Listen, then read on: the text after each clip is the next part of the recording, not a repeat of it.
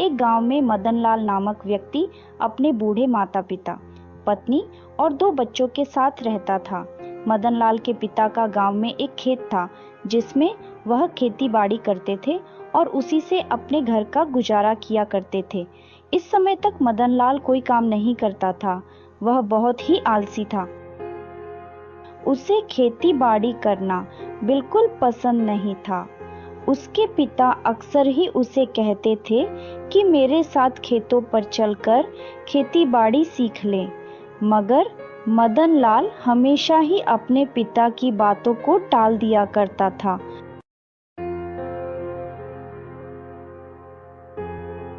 आखिर ये मदनलाल अपनी जिम्मेदारी कब उठाएगा?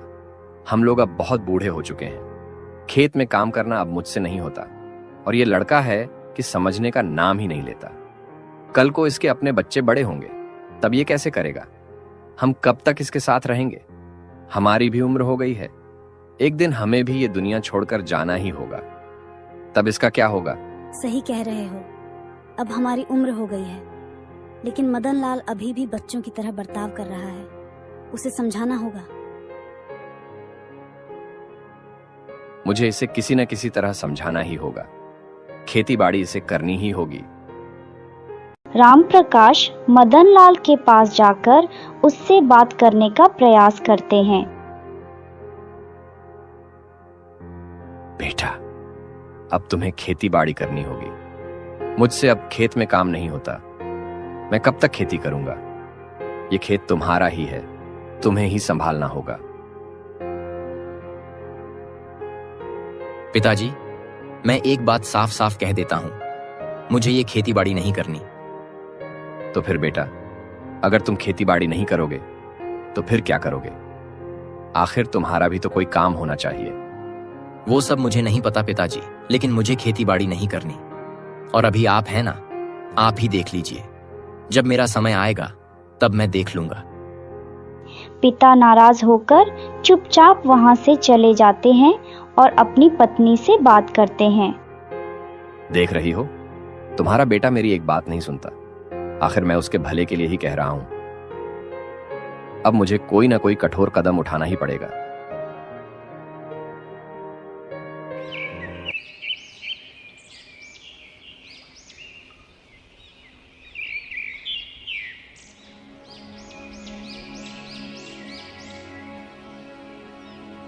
देख बेटा, मेरी बात समझ।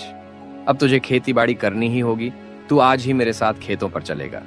बस, मैं और कुछ नहीं सुनना चाहता। नहीं पिताजी, मैं अभी खेतों पर नहीं जाऊंगा। आपको पता है ना, बाहर कितनी कड़ी धूप हो रही है। इतनी कड़ी धूप में मुझसे काम नहीं होता। आपको जाना है तो अकेले जाओ, पर मैं आपके साथ कहीं नहीं जाने वाला। देख बेटा, मेरी बात समझ। अब तुझे खेती बाड़ी करनी ही होगी। तू आज ही मेरे साथ खेतों पर चलेगा। पिताजी, मैं एक बात साफ साफ कह देता हूं, मुझे ये खेती बाड़ी नहीं करनी। इसलिए कृपया आप बार बार मुझे खेती बाड़ी करने के लिए मत कहा कीजिए। लगता है अब मुझे वह कदम उठाना ही पड़ेगा जो कोई भी पिता नहीं उठाना चाहता। देख बेटा, तुझे अब खेती बाड़ी करनी ही होगी। या तो तू खेत संभाल या इस घर से निकल जा। हाँ हाँ पिताजी, मैं सब समझता हूं। आप तो मुझे रखना ही नहीं चाहते ना। ठीक है, मैं आज ही अपनी पत्नी और बच्चों को लेकर यहां से चला जाऊंगा। चंदा, अपना सामान बांध लो, हम अभी इस घर से निकल जाएंगे। अजी, आप ये क्या कह रहे हैं? हमारे 2 बच्चे हैं और कहीं कोई ठिकाना भी नहीं है। ऐसे में हम कहाँ जाएंगे?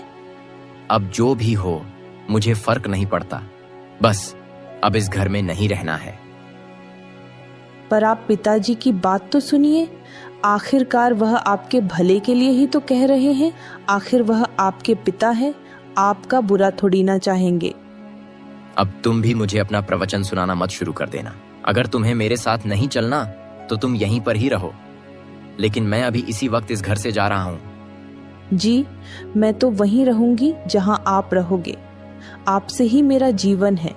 मैं भी आपके साथ चलूंगी। आपने ये क्या किया? आपको मदनलाल से ऐसी बात नहीं करनी चाहिए थी। आपको पता है ना, वह कितना जिद्दी है।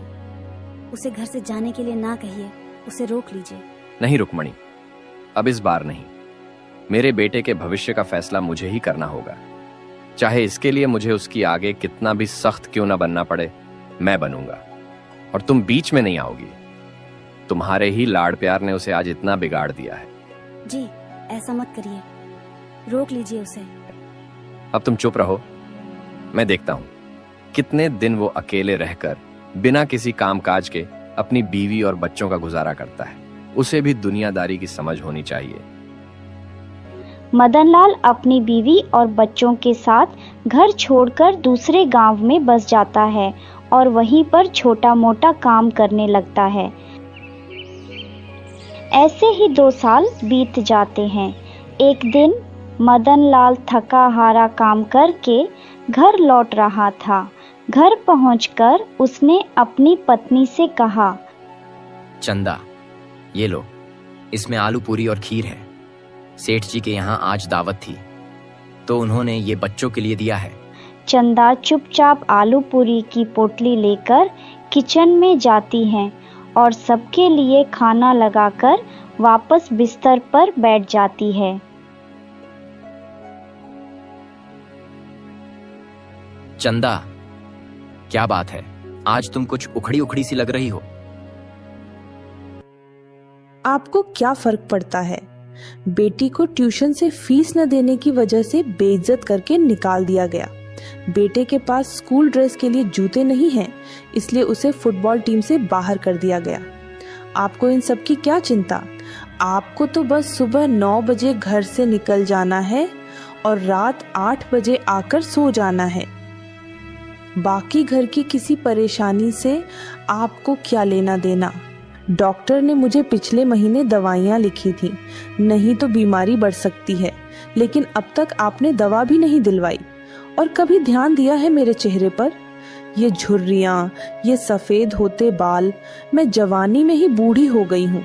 घर में गर्मी से बच्चे तप रहे हैं, एक पुराना कूलर भी नहीं ला पाए आप। मदनलाल बैठा बैठा अपनी परिस्थिति से 2-4 हो ही रहा था कि घर की दरवाजे पर किसी के आने की दस्तक हुई। बच्चों ने गेट खोलकर देखा तो पिताजी थे। अपने दादाजी को देख के बच्चे तो खुशी से उछल पड़े।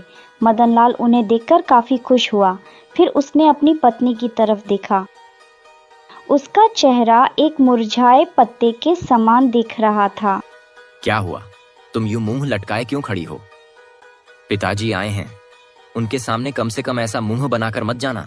अपना पेट पालने के लिए तो अपनी आंतें और गुर्दे गिरवी रखने के दिन आ गए हैं। अब ऐसे में पिताजी अकस्मात आए हैं तो जरूर ही कोई आर्थिक समस्या को लेकर ही आए होंगे। वैसे तो ये शब्द चंदा कभी नहीं बोलती, पर इस बार उसके घर की तंगहाली इस लेवल पर थी कि उसे मरने के लिए अगर जहर खरीदना हो तो उसके लिए भी पैसे का इंतजाम न के बराबर ही था। चंदा, मैं जानता हूँ कि तुम बहुत परेशान हो, लेकिन मैं कोशिश कर रहा हूँ। कल तक मैं तुम्हारी दवाइयाँ और बच्चों की जरूरत का सामान जरूर ला दूंगा। अभी पिताजी आए हैं, उनके सामने झगड़ा मत करो, उनके मान सम्मान का ध्यान रखो। कहाँ से लाओगे? भीख मांगकर या खुद को गिरवी रखकर? ये मेरा काम है कि मैं कैसे लाऊंगा। तुम बस शांत हो जाओ, भगवान के लिए अभी चुप हो जाओ। चंदा को भी समझ आ गया कि इस समय बहस से कुछ नहीं होगा, इसलिए वो धीरे धीरे शांत हो गई और खाना बनाने के लिए रसोई घर में चली गई। मदनलाल अपने पिताजी के पास जाता है।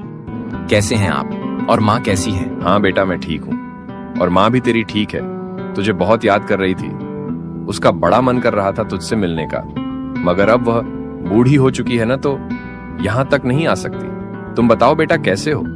सब ठीक तो है ना? हाँ पिताजी, आप आ गए हैं ना, तो अब सब ठीक हो जाएगा। सब ठीक तो है ना?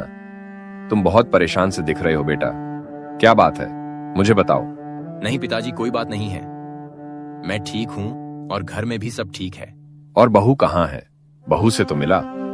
बस चंदा अभी आ ही रही है, वह आपके कुछ खाने का इंतजाम कर रही है। मदनलाल को कहीं ना कहीं इस बात का डर सता रहा था कि कहीं पिताजी उससे पैसे का जिक्र ना करें, क्योंकि उसके पास तो अभी जहर खाने तक के भी पैसे नहीं थे, तो वह अपने पिताजी की ऐसे में कैसे मदद करेगा। और मैं मेहनत नहीं छोड़ूंगा, लगा रहूंगा, आएगा एक दिन जरूर आएगा, अपना टाइम आएगा वो वाली बात।